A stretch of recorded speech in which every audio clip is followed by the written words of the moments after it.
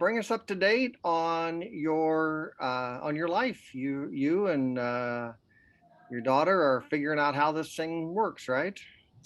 Yeah, so Valeska came home last April. So we are approaching a year together full time, all during a pandemic where we were together 24/7. So that has been a blessing from the Lord, in allowing her to feel confident that this is her family and that she's home and that she's safe. And also very challenging because it's been mostly just the two of us because of restrictions here. Mm-hmm. We've spent a lot of time together. But she's doing great, and school just started. The Costa Rican school year runs February to November, and so the new school year just started this week. She is, and She's 17, 17. and she it's hilarious, and she really enjoyed getting to pester and be pestered by my dad while they were able to be here, which was really fun. She loves taekwondo and swimming, and she likes to draw, and she loves the character Stitch from Lilo and Stitch. And so she has lots of Stitch things, which is really fun. And she is super excited about school, which we are so grateful because basically didn't get to go last year because of the pandemic. She went to school for 2 weeks, and now she's going to be shy. Hola. Hola. ¿Quieres decir algo más? No sé. That might be all you get. We have been going down since January 5th. The cases have been going down gradually, but kind of significantly here. And so I'm very hopeful that we have had like a month and a half of negative growth on new cases. So that's good. We'll see with school having started if we spike. But the Costa Rican government has handled this really well, and our restrictions have been doable. So right now we wear masks when we go in public and wash hands, hand sanitize, wash your shoes, and get your temperature taken every single place you go in. Wow. And if you the mall is open, every single store, you have to do the same thing, like wash your hands and sanitize and temperature taken. But that I think has really helped people to only go somewhere when they really need something. Yeah, we're like probably 95% virtual still. So we are allowed to visit kids, like to drop something off at their house. So at Christmas time, we took tamales, which is a Costa Rican, like December, we eat tamales. And so we took tamales to kids' houses, and I've taken, cookies or brownies or things like that. And we also are allowed to meet with the kids we're discipling in groups of 5 or less. And so I've gotten to take out the girls that I disciple for lunch a couple of times, and that has been amazing. But besides that, we're all still on Zoom, mostly because the way that the government rules are, we would have to spend the whole time reminding teenagers to keep their mask on and to stay 6 feet apart, and that's no fun. Yeah. And so we are having a huge event on the 27th of February. I don't know when this will be shared with church, but Probably the 28th, I think, is when. Okay, so I'm expecting that there's going to be like 500 teenagers on Zoom on the 27th.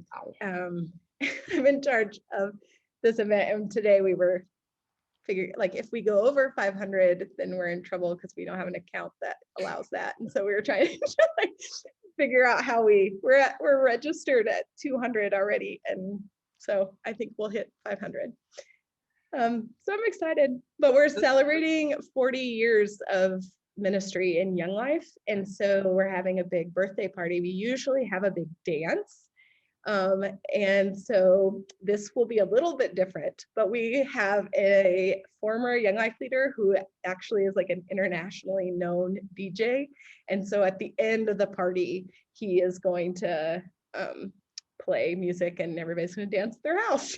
So that'll be a very different dance than we're used to, but I'm looking forward to it. I think it'll be fun. Yeah, so we have clubs, which is like youth group for non-Christian kids, basically. And then we have discipleship, and so some of the discipleship is now in person, but a lot of it's still on Zoom. Our leader training and like leadership meetings are all on Zoom. And then with my middle schoolers, we are doing, we have club on Tuesdays, and then on Thursday nights, we're doing a cooking class 1 week a month, where a middle schooler is in charge of like teaching the other middle schoolers and the leaders how to make something. And it is so much fun. We actually we're making a sourdough starter tonight to make bread. And we have made all kinds of things, learned how to make lots of things from scratch that I had never made before, which is a lot of fun. And then we're doing 1 week a month, like an art thing with them. And 1 week a month, we're playing Among Us, which is a video game that you can all get on your phones and play together. And so it's really fun because we'll get on like a video call, and then everybody gets on their phones so we can like talk and play at the same time. Mm-hmm. So we've figured out different ways to get to hang out with kids. And I, even this past week, because Costa Rican school started, I sent like an individual text message to like every kid I have on my phone that was starting school. And I was blown away because every single one of them responded. Nobody like left me hanging, which is quite surprising. But also it was like they really were looking for some encouragement for the new school year. And so it was really exciting to get to be a part of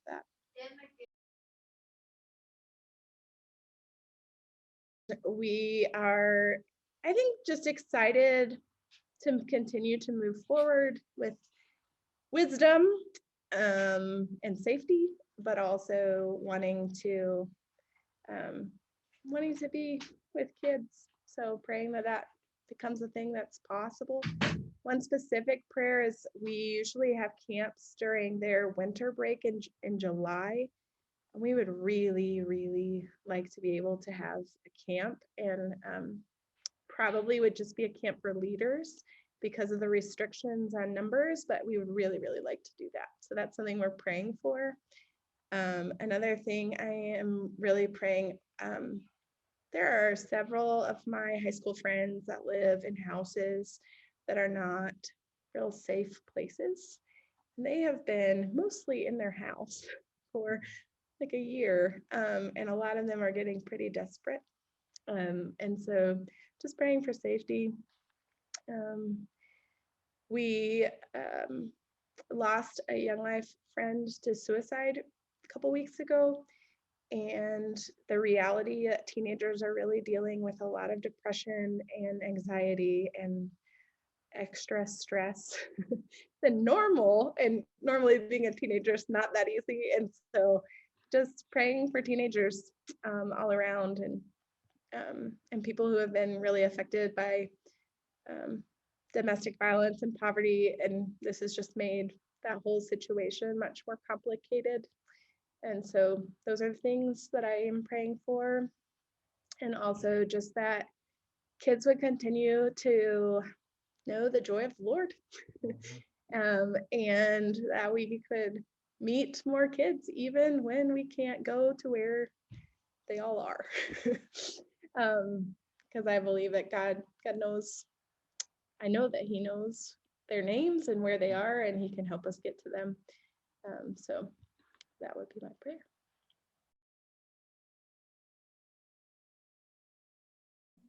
No, and I do a lot of interpreting for Young Life, and I really enjoy it. It's something that's really fun for me.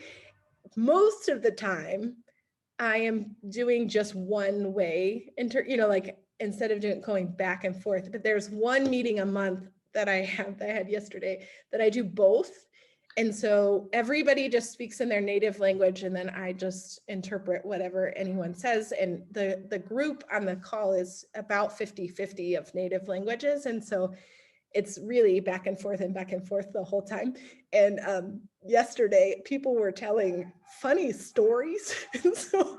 and this one woman that was on the call, she was like dying laughing the whole time. And she was like, I'm not even laughing because the stories are so funny. I'm just laughing because Jessie is like having to be super animated like every 5 seconds because she's telling everybody's stories. And she's capturing, and of course things like in Spanish, we had this really crazy, we're in the dry season. We had this really crazy 10-minute rainstorm on Tuesday. It rained crazy hard for 10 minutes and then it went away, and it hasn't rained for, 2 months. And I don't know where it came from. And so in Spanish, they say it's raining frogs and snakes instead of but in English we say it's raining cats and dogs. I have there's no reason for either of those. But it was just really funny, having to think quickly. But so when you translate the Spanish to English, you say cats and dogs, or you say frogs and snakes? Well, in this instance, I said, this is what he literally said, because it's funny to me. It's raining frogs and snakes is funny. So I said, he said it's raining frogs and snakes, which means cats and dogs, and we just keep going. In that particular call, people are very kind. So they say something and stop. And so I'm not trying to speak over people. So I have a little bit of chance to explain if it needs explanation. But yeah. We're trying to, when you're interpreting, you're trying to get the idea across instead of worrying that you get every word. When you translate a document, you're trying to get every exact word. I don't really like doing document translation. Well, that's the struggle with biblical translation. Do you get the literal word for word, or do you get the meaning? And people do it different ways. It's good to see you, and we'll hopefully talk to you again soon. All right. Thank you so much. Take care and good luck with your event on the 27th. Thank you. Bye. Bye.